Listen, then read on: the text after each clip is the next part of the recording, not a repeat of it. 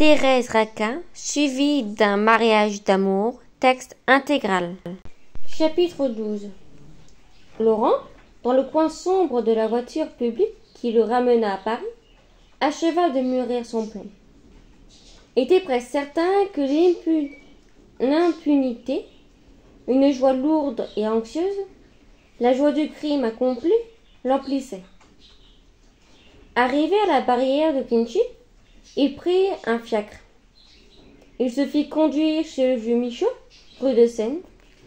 Il était 9 heures du soir. Il trouva un ancien commissaire de police à table, en compagnie d'Olivier et de Suzanne. Il venait là pour chercher une protection, dans le cas où il serait soupçonné, et pour s'éviter d'aller annoncer lui-même l'affreuse nouvelle à Madame Raquin. Cette démarche lui répugnait étrangement. Il s'attendait à un tel désespoir qu'il craignait de ne pas jouer son rôle avec assez de larmes. Puis la douleur de cette mère lui était présente, bien qu'il s'en souciât médiocrement au fond. Lorsque Michaud le vit entrer vêtu de vêtements grossiers, trop étroits pour lui, il le questionna de regard. Laurent le fit le récit de l'accident, d'une voix brisée, comme tout essoufflé de douleur et de fatigue. « Je suis venu vous chercher, dit-il en terminant. Je ne savais que faire des deux pauvres femmes si cruellement frappées. Je n'ai point osé aller seule chez la mère. Je vous en prie, venez avec moi. » Pendant qu'il parlait, Olivier le regardait fixement, avec des regards droits qui l'épouvantaient. Le meurtrier s'était jeté tête baissée sur ses gens de police, après un coup d'audace qui devait le sauver. Mais il ne pouvait s'empêcher de frémir en sentant leurs yeux qui l'examinaient. Il voyait de la méfiance, où il n'y avait que de la stupeur et de la pitié.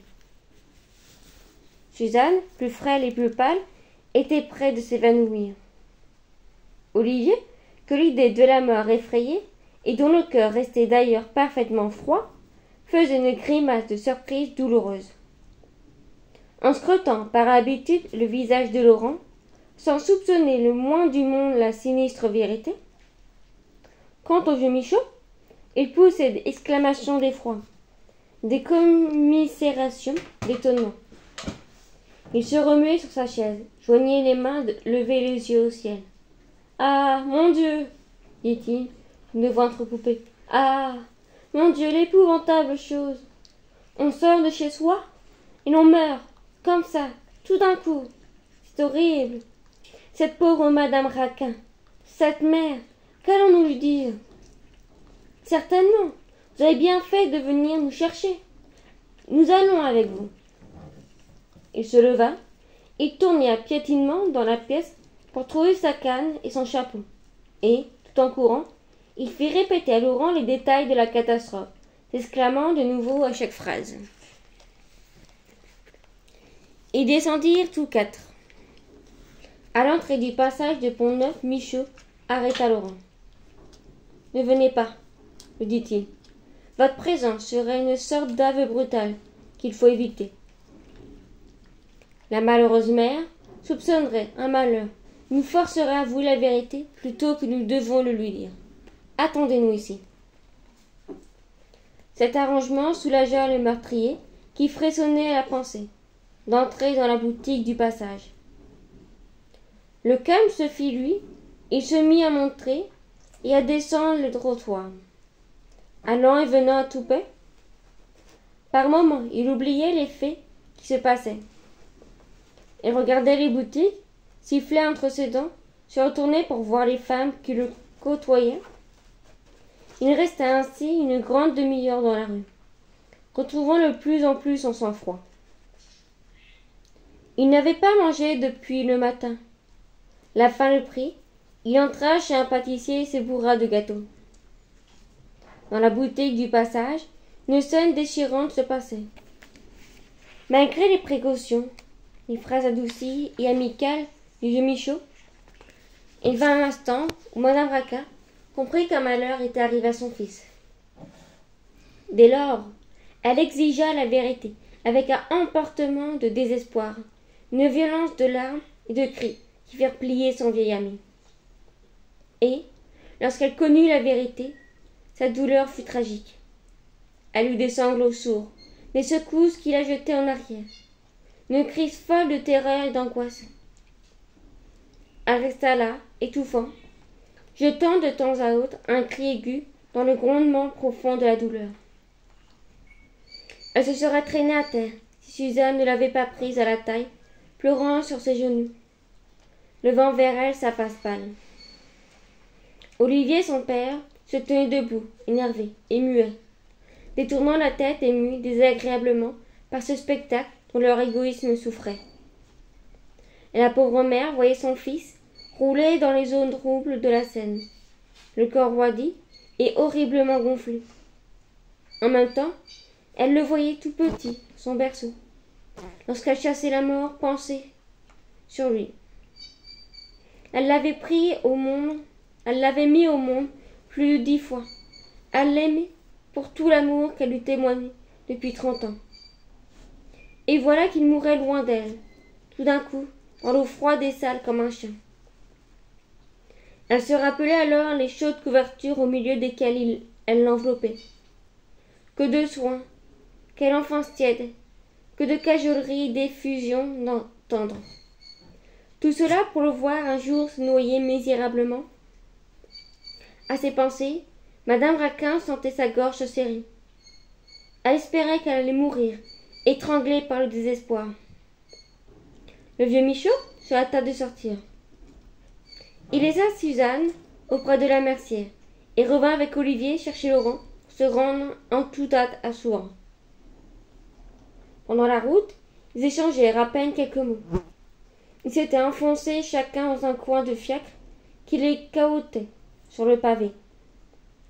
Ils restaient immobiles et muets au fond de l'ombre qui emplissait la voiture. Et, par instant, le rapide rayon d'un bec de gaz jetait une lueur vive sur leur visage. Le sinistre événement qui les réunissait mettait autour d'eux une sorte d'accablement lugubre. Lorsqu'ils arrivèrent enfin au restaurant du bord de l'eau, ils trouvèrent Thérèse couchée, les mains et la tête brûlantes. Le traiteur leur dit à demi-voix que la jeune dame avait une forte fièvre. La vérité était que Thérèse se sentait faible et lâche, craignant d'avouer le meurtre dans une crise, avait pris le parti d'être malade. Elle gardait un silence farouche. Elle tenait les lèvres et les paupières serrées, ne voulant voir personne, redoutant de parler. Le drap au menton, la face à moitié dans l'oreiller, elle se faisait toute petite. Elle écoutait avec anxiété ce qu'on disait autour d'elle.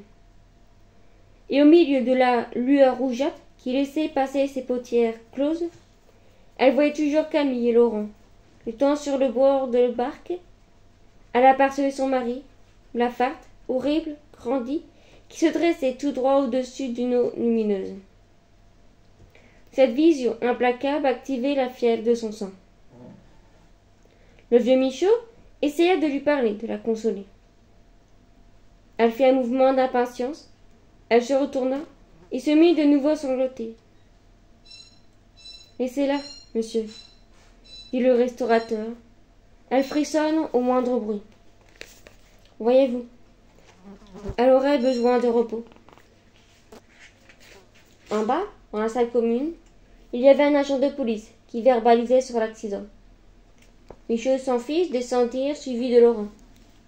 Quand Olivier fit connaître sa qualité d'employé supérieur de la préfecture, tout fut terminé en 10 minutes.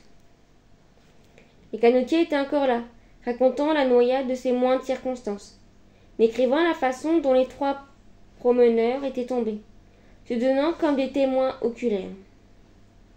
Si Olivier et son père avaient eu le moindre soupçon, ce soupçon se serait évanoui devant de tels témoignages. Mais ils n'avaient pas douté un instant de la véracité de Laurent. Ils le présentèrent au contraire à l'agent de police comme le meilleur ami de la victime. Ils eurent le soin de faire mettre dans le procès-verbal que le jeune homme s'était jeté à l'eau pour sauver Camille Raquin. Le lendemain, les journaux racontèrent l'accident avec un grand luxe de détails.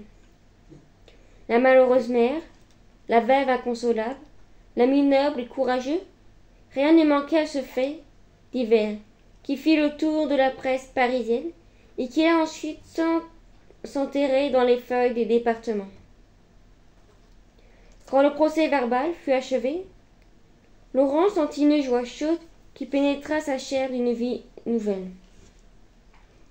Depuis l'instant où sa victime lui avait enfoncé les dents dans le cou, et était comme roidi, l'agissait mécaniquement, d'après un plan arrêté longtemps à l'avance.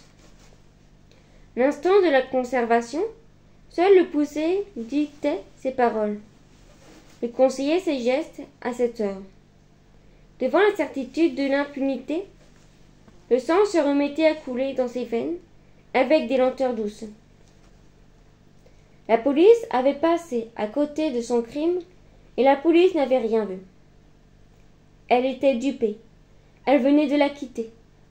Était sauvée. Cette pensée lui fit éprouver tout le long du corps des moiteurs de jouissance, des chaleurs qui rondirent la souplesse et ses membres et à son intelligence. Il continua son rôle d'ami, et pleurait avec une science et un aplomb incomparables. Au fond, il avait des satisfactions de brute. Il songeait à Thérèse, qui était couchée dans la chambre en haut.